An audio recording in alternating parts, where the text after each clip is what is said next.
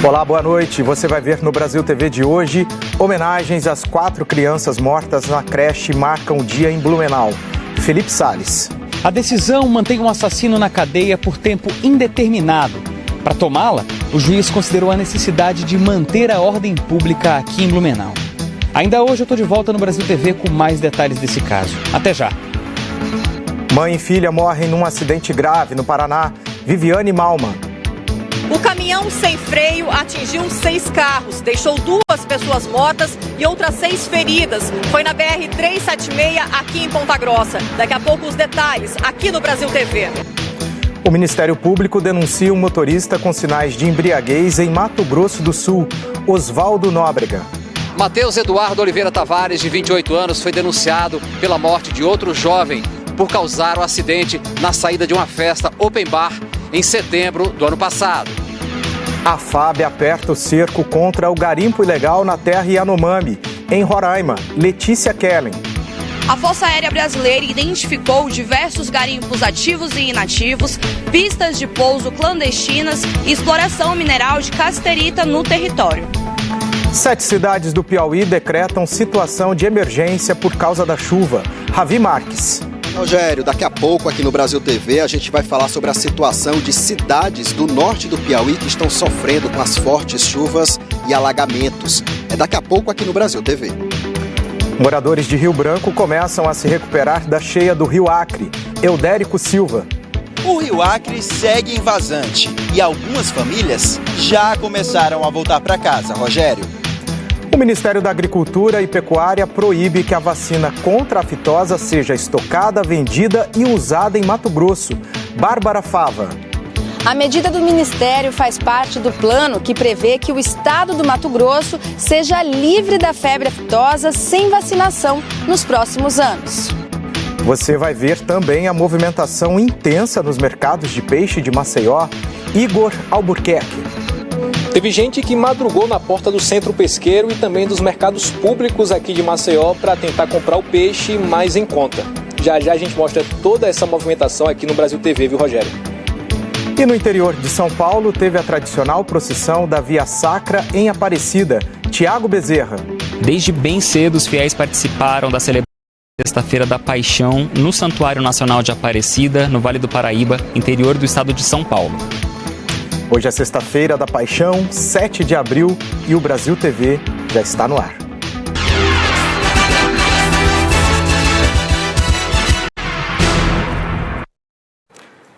A gente começa o Brasil TV com as celebrações da Semana Santa em Aparecida, no Vale do Paraíba, no interior do estado de São Paulo. Uma multidão acordou de madrugada para acompanhar a Via Sacra no Morro do Cruzeiro. O Tiago Bezerra conta os detalhes pra gente. Oi, Rogério. O feriado da Sexta-feira Santa foi responsável por trazer muitos fiéis até Aparecida, no Vale do Paraíba, interior do estado de São Paulo. Por aqui na cidade, as celebrações começaram bem cedo, às 5 da manhã. Foi a Via Sacra, no Morro do Cruzeiro, uma celebração bem tradicional em Aparecida que completa 98 anos. Ela foi iniciada em 1925. Ao longo de um trajeto de quase 1 quilômetro, cerca de 900 metros, os fiéis passam por 14 painéis. São 14 estações que representam momentos da paixão, morte e ressurreição de Jesus Cristo. Aqui dentro da Basílica, dentro do Santuário Nacional, também houve celebrações. Ao meio-dia, a celebração do Sermão das 7 Palavras, às 3 da tarde, a celebração do Senhor Morto e ao fim do dia, às 6 horas, uma procissão do Senhor Morto que saiu do santuário e seguiu pelas ruas da cidade. O Santuário Nacional de Aparecida não divulgou quantos fiéis são esperados para passarem aqui entre a Sexta-feira da Paixão e o Domingo de Páscoa, mas em anos anteriores à pandemia, o número chegou a 250 mil visitantes. Rogério. Em Goiás, a encenação da Paixão de Cristo aconteceu na estrada conhecida como a Rodovia dos Romeiros. Ela liga a capital Goiânia à cidade de Trindade, onde fica o santuário do Divino Pai Eterno. O Tiago Vieira mostra agora pra gente. Oi, Rogério, nós estamos acompanhando aqui na Rodovia dos Romeiros o espetáculo Vida, Paixão e Morte de Jesus. Aqui nós estamos no 5º painel, onde Jesus vai ser condenado em instantes. Mais de 500 pessoas participam desta encenação todos os anos. Há 31 anos, o grupo de teatro Desencanto encanta pessoas aqui na rodovia. Este ano, mais de 10 mil pessoas acompanham o espetáculo, um dos maiores a céu aberto do Brasil. Hoje pela manhã teve chuva, mas nem essa chuva atrapalhou o pessoal que veio aqui acompanhar de perto. Ainda durante a manhã, muitas pessoas emocionadas, muitas pessoas que vieram agradecer pela história que é recontada todos os anos aqui na Rodovia dos Romeiros. Rogério, volto com você. Milhares de fiéis também participaram da procissão do Senhor dos Passos em Belém e a Priscila Souza acompanhou. Olá, Rogério. A procissão do Senhor dos Passos é uma tradição aqui em Belém. O trajeto começou aqui na Basílica Santuário de Nazaré. Ao longo do percurso, os devotos relembram os 7 passos da Paixão de Cristo. São feitas encenações para representar os momentos que antecederam a crucificação. O trajeto termina na Igreja das Mercês, que fica no centro histórico de Belém. Lá é também o ponto de chegada de outra procissão que leva a imagem de Nossa Senhora das Dores.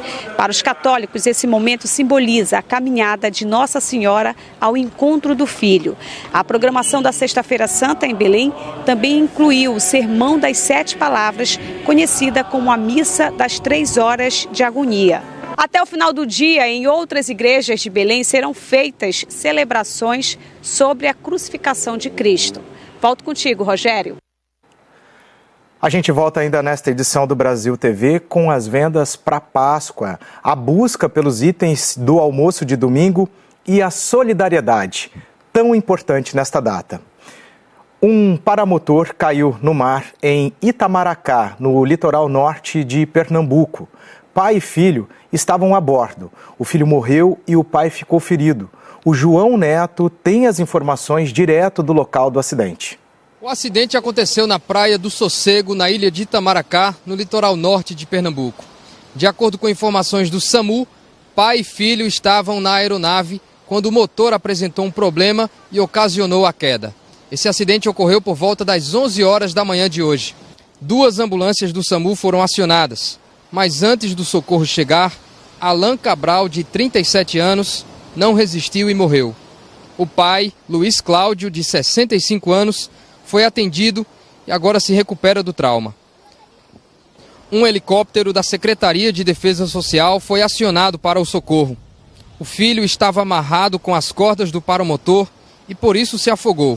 O paramotor é uma modalidade de voo livre que usa asa flexível e inflável e com um motor acionado. Infelizmente, essa notícia traumática aqui na ilha de Itamaracá. João Neto para o Brasil TV. O Ministério Público do Mato Grosso do Sul denunciou um motorista suspeito de matar um jovem de 21 anos num acidente depois de ingerir bebida alcoólica. Os detalhes com Oswaldo Nóbrega. Oi, Rogério. O Ministério Público denunciou Matheus Eduardo Oliveira Tavares, de 28 anos, pela morte de José Vitor Quadros Bum, de 21 anos. O acidente foi na saída de uma festa open bar em São Gabriel do Oeste. O caso ocorreu em setembro do ano passado. De acordo com denúncia do Ministério Público Estadual, além de estar sob efeito de álcool, o suspeito fez uma manobra de ultrapassagem pelo lado direito da pista. Ele usou o acostamento para sair da fila, que se formou com o fim da festa, quando atropelou a vítima. Além de responder pela morte de José Vitor, o Ministério Público também ofereceu denúncia sobre a tentativa de homicídio de outros 2 jovens que foram atingidos pelo carro conduzido por Matheus. Nós não conseguimos contato com a defesa do motorista. Eu volto com você, Rogério. 2 pessoas morreram, pelo menos 6 ficaram feridas num acidente na BR-376 em Ponta Grossa, no Paraná. Quem tem os detalhes é a Viviane Malman.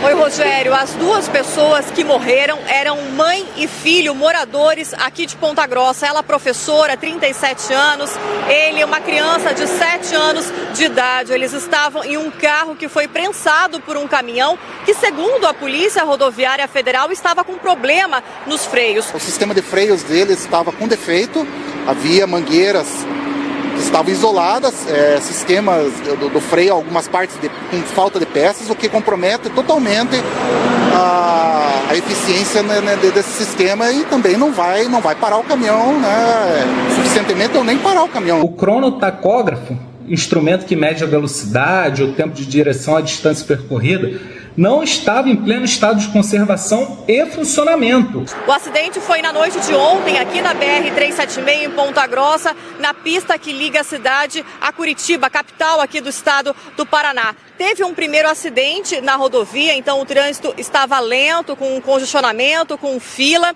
E aí esse caminhão desgovernado veio logo atrás, não conseguiu frear e acabou provocando esse engavetamento. Ao todo, 19 veículos envolvidos na batida. 2 pessoas morreram e outras 6 pessoas ficaram feridas. O motorista desse caminhão, com problemas nos freios, foi preso em flagrante. A rodovia aqui em Ponta Grossa ficou completamente bloqueada no sentido capital do estado por aproximadamente 4 horas. Eu volto contigo, Rogério. A Justiça de Santa Catarina decretou a prisão por tempo indeterminado do assassino covarde que matou 4 crianças numa creche em Blumenau. O Felipe Salles acompanhou as homenagens às vítimas do ataque. Oi, Rogério. A Sexta-feira Santa aqui em Blumenau foi bastante chuvosa, mas isso não impediu que muitas pessoas viessem até aqui à frente da creche Cantinho Bom Pastor para prestar a sua solidariedade depois dessa tragédia que a cidade viveu na última quarta-feira. Inclusive uma carreata aconteceu hoje pela manhã, envolvendo carros, motos e caminhões. Os veículos saíram de um parque na região central de Blumenau e pararam bem em frente ao portão da creche. Ali, os organizadores rezaram um Pai Nosso, na sequência fizeram um minuto de silêncio e, por fim, uma salva de palmas para as 4 crianças que morreram por conta dessa tragédia. Com relação ao assassino que causou tudo isso, ele passou ontem por uma audiência de custódia e, nesse momento, está na penitenciária industrial de Blumenau. A polícia trabalha ainda para descobrir qual era o conteúdo contido no celular e no computador dele. Inclusive, um software israelense está sendo usado para ajudar a capturar, inclusive, conteúdos que já tinham sido apagados. E também estamos buscando o caminho jurídico para a contratação, para que nós possamos disponibilizar seguranças em cada uma das unidades públicas municipais. Nós estamos recebendo também do Grupo Meta informações do Facebook, como stories que ele tem postado, direct e outras conversas realizadas por ele e outras postagens, inclusive apagadas. E há um outro tópico de suma importância, na minha visão, com relação a essa investigação, que é uma extração mais profunda das informações desse telefone celular, usando um software israelense chamado Celebrate, que ele consegue aprofundar bastante a busca de dados, de informações apagadas, excluídas, não só informações, mas também aplicativos e assim por diante. Enquanto isso, Blumenau continua se reunindo em uma onda de solidariedade e suporte às famílias envolvidas nessa tragédia. Eu volto com você, Rogério. Bandidos invadiram uma casa e fizeram uma família refém em Vitória durante a madrugada. A Daniela Carla atualiza agora as investigações desse caso pra gente. Os criminosos renderam primeiro a empregada da família, na casa dela, na região de Jacaraípe, na Grande Vitória. Depois, eles a levaram até a casa dos patrões, que fica num bairro nobre aqui da capital. A invasão aconteceu por volta de 4 horas da madrugada. 7 pessoas ficaram reféns. O dono da casa, um empresário de 78 anos, a esposa, os 2 filhos, a nora, além da empregada e do vigilante. Durante meia hora, os ladrões reviraram toda a casa, ameaçaram as vítimas e depois fugiram, levando R$30 mil em dinheiro e R$170 mil em cheques. Joias também foram roubadas, mas a família ainda não contabilizou o valor. De acordo com a Polícia Civil aqui do Espírito Santo, até o momento, nenhum suspeito foi preso. Rogério, eu volto com você. A Força Aérea Brasileira apertou o cerco para combater o garimpo ilegal na terra indígena Yanomami, em Roraima. Mais informações com a Letícia Kellen. Olá, Rogério. O comando da Força Aérea Brasileira intensificou as ações de inteligência, vigilância e reconhecimento nas áreas de garimpo ilegal na terra indígena Yanomami, aqui em Roraima. Durante a Operação Yanomami, a FAB tem identificado diversos garimpos na reserva, além das pistas de pouso clandestinas e áreas de exploração mineral de cassiterita. As informações das áreas mapeadas são repassadas para a Polícia Federal, Polícia Rodoviária Federal e IBAMA, que passam a fazer o combate à terra. Ontem, às 9 da noite, a FAB desativou o corredor aéreo, aberto no dia 6 de fevereiro para a saída voluntária de garimpeiros da terra indígena Yanomami. Então, volta a ser proibido o tráfego aéreo por sobre a terra Yanomami, com exceção das aeronaves militares que prestam serviço à operação. No último dia 3 de abril, a Operação Yanomami completou 60 dias. Durante esse período, segundo o comando da Aeronáutica, foram entregues cerca de 350 toneladas de alimentos na região Yanomami, atendendo pelo menos 40 aldeias. Volto com você, Rogério. A seguir, 7 cidades do Piauí decretam situação de emergência por causa da chuva. Ravi Marques. Oi, Rogério. Daqui a pouco, aqui no Brasil TV, a gente vai falar sobre a situação de cidades do norte do Piauí que estão sofrendo com as fortes chuvas e alagamentos. É daqui a pouco aqui no Brasil TV. Moradores de Rio Branco começam a se recuperar da cheia do Rio Acre. Eudérico Silva. O Rio Acre segue em vazante e algumas famílias já começaram a voltar para casa, Rogério. Você vai ver também a movimentação intensa nos mercados de peixe de Maceió. Igor Albuquerque. Teve gente que madrugou na porta do centro pesqueiro e também dos mercados públicos aqui de Maceió para tentar comprar o peixe mais em conta. Já já a gente mostra toda essa movimentação aqui no Brasil TV, viu, Rogério?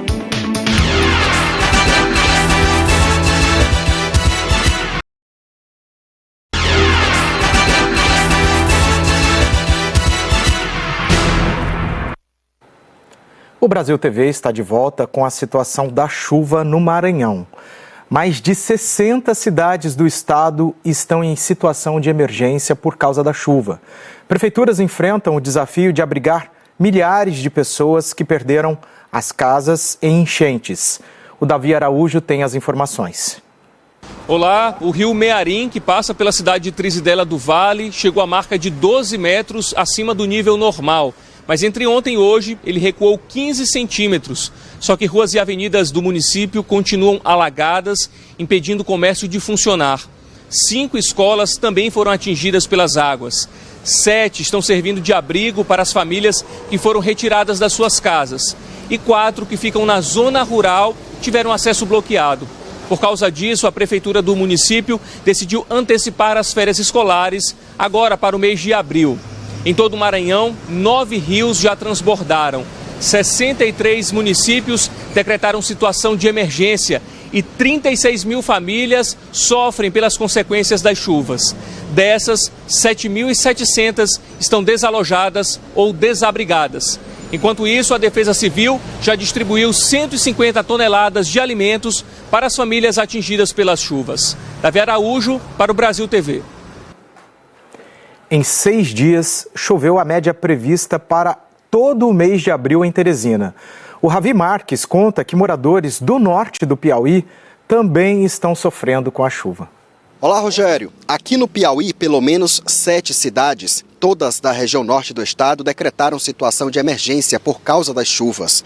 Os dados são da Defesa Civil Estadual, que inclusive fez hoje o resgate de algumas famílias que estavam ilhadas no município de Batalha, que essa semana foi atingida por um temporal que alagou ruas, casas e deixou pelo menos 18 famílias desabrigadas. Foram 88 milímetros de água em apenas 1 hora, o maior registro do estado. Em Esperantina, cidade vizinha à Batalha, o rio Longá está mais de 20 centímetros acima da cota de inundação. Pelo menos 40 famílias estão desabrigadas. E na capital Teresina, em 6 dias, já choveu quase 60% da média prevista para todo o mês de abril. Volto com você, Rogério. Moradores de Rio Branco começam a se recuperar da enchente depois da cheia do Rio Acre. O Eudérico Silva atualiza a situação para a gente. Olá, Rogério. O nível do Rio Acre segue em vazante na cidade de Rio Branco, mas ainda está acima da cota de transbordamento, que é de 14 metros. Mais de 1.000 famílias estão em abrigos na capital acreana. Com a vazante do rio, alguns moradores que não estavam em abrigos já começaram a voltar para casa. As águas do rio trouxeram muita lama e lixo. Por isso, os moradores se uniram para fazer a limpeza de casas, ruas e calçadas. De acordo com a Defesa Civil do Estado, as famílias que estão em abrigos só devem retornar para casa quando o nível do rio estiver abaixo da cota de alerta, que é de 13 metros e 50 centímetros. Volto com você, Rogério. E atenção, hein? A gente fala agora da dengue. O Amazonas já registrou 6 mortes por causa da doença neste ano. O Juscelio Paiva tem mais detalhes. Olá, Rogério. Foram 6.223 casos de dengue registrados aqui no Amazonas até quinta-feira, segundo dados divulgados pela Fundação de Vigilância em Saúde aqui do Amazonas. Desde o início de 2023 até ontem, foram 6 mortes registradas em decorrência da doença. E o município de Tonantins, no interior do Amazonas, foi a cidade com o maior número de casos, com mais de 4.400 registros só nesse ano de 2023. Em janeiro desse ano, a Fundação de Vigilância em Saúde aqui do Amazonas já havia anunciado o aumento de mais de 100% nos casos de dengue. Rogério. O Ministério da Agricultura e Pecuária proibiu que a vacina contra a fitosa seja estocada, vendida e usada em Mato Grosso. A Bárbara Fava explica essa medida pra gente. Olá, Rogério. Aqui em Mato Grosso estão proibidos o armazenamento, a comercialização e o uso de vacinas contra a febre aftosa. A determinação do Ministério da Agricultura consta em portaria publicada nesta semana, que inclui também o Espírito Santo, Goiás, Minas Gerais, Mato Grosso do Sul, Tocantins e o Distrito Federal. Neste território vivem cerca de 113 milhões de bovinos e bubalinos, que receberam a última dose em novembro passado. Esta é uma das fases para a transição do status sanitário. Para o reconhecimento internacional como zona livre de febre aftosa sem vacinação, são exigidas por pelo menos 1 ano a suspensão da vacinação e a proibição de ingresso de animais vacinados nos estados. O projeto das autoridades é que o Brasil consiga este reconhecimento até 2026. Volto com você, Rogério. A gente volta a falar da Semana Santa. Uma pesquisa mostra que 6 em cada 10 brasileiros querem presentear na Páscoa. Mais informações com o Marcelo Bruzzi. Oi, Rogério. A gente acompanhou a movimentação aqui no CADEG, Mercado Municipal do Rio de Janeiro, zona norte da cidade, um ponto muito procurado nessa época do ano. Muita gente passou por aqui durante todo o dia em busca dos ingredientes para o almoço de Páscoa e também dos presentes. E esse apetite do consumidor também foi retratado num estudo da Confederação Nacional de Dirigentes Lojistas e do Serviço de Proteção ao Crédito, o SPC. Aproximadamente 6 em cada 10 consumidores responderam que pretendem comprar chocolates e presentes nessa Páscoa. Isso representa 111 milhões de brasileiros, de acordo com esse levantamento. O estudo também aponta que o gasto médio com todos os presentes nessa Páscoa será de R$ 231.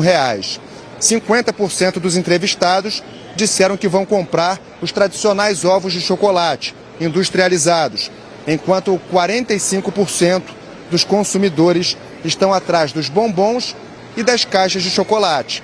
Esses foram os principais destaques desse levantamento, divulgado aí há poucos dias da Páscoa. Uma boa Páscoa para todos. Rogério. Para você também. Olha, em Maceió, muita gente madrugou na porta do centro pesqueiro e dos mercados públicos na expectativa de conseguir comprar os pescados e mariscos para o almoço de Páscoa. O Igor Albuquerque mostra pra gente. Oi, Rogério. Os clientes madrugaram na porta do Centro Pesqueiro e também do Mercado Público aqui de Maceió para conseguir aquele marisco, aquele pescado um pouco mais em conta. Nos mercados de Alevada, Jacintinho e Benedito Bentes, os feirantes montaram as suas barracas logo cedo. Toda a mercadoria foi exposta para que os clientes pudessem escolher. No Centro Pesqueiro de Jaraguá, filas também se formaram. Entre itens fresquinhos, a disputa era pelo menor preço de peixes, camarões e o tão gostoso e famoso sururu. Na última terça, o Procon divulgou uma pesquisa dos itens mais procurados na Semana Santa. No feriado de hoje, muitos feirantes mantiveram os preços cobrados no início da semana, enquanto que outros aproveitaram a alta demanda para lucrar. Como muita gente deixou para comprar os pescados de última hora, precisou desembolsar mais para garantir o prato especial da Páscoa. Eu volto com você, Rogério. Nesta Sexta-feira da Paixão, um projeto social da Igreja Católica distribuiu marmitas na Catedral Cristo Rei, em Belo Horizonte. O almoço foi entregue para a população sem teto. A Patrícia Fiuza acompanhou a ação e fala da verdadeira mensagem da Páscoa. Ei, Rogério, boa tarde. Aqui em Belo Horizonte, embaixo do viaduto Santa Teresa, na região central, a Pastoral de Rua da Arquidiocese distribuiu 700 marmitas para a população de rua. Esta ação da Pastoral é uma ação antiga de 2021 de distribuição de alimentos a moradores de vilas e favelas que não têm como se alimentar. E nesta Sexta da Paixão, o recado é trazer de volta aquilo que Jesus Cristo ensinou, que é partilhar aquilo que a gente tem. O Brasil TV fica por aqui. Outras notícias logo mais no Jornal Nacional, às 8h30 da noite, hora de Brasília. Boa noite e bom fim de semana e feliz Páscoa.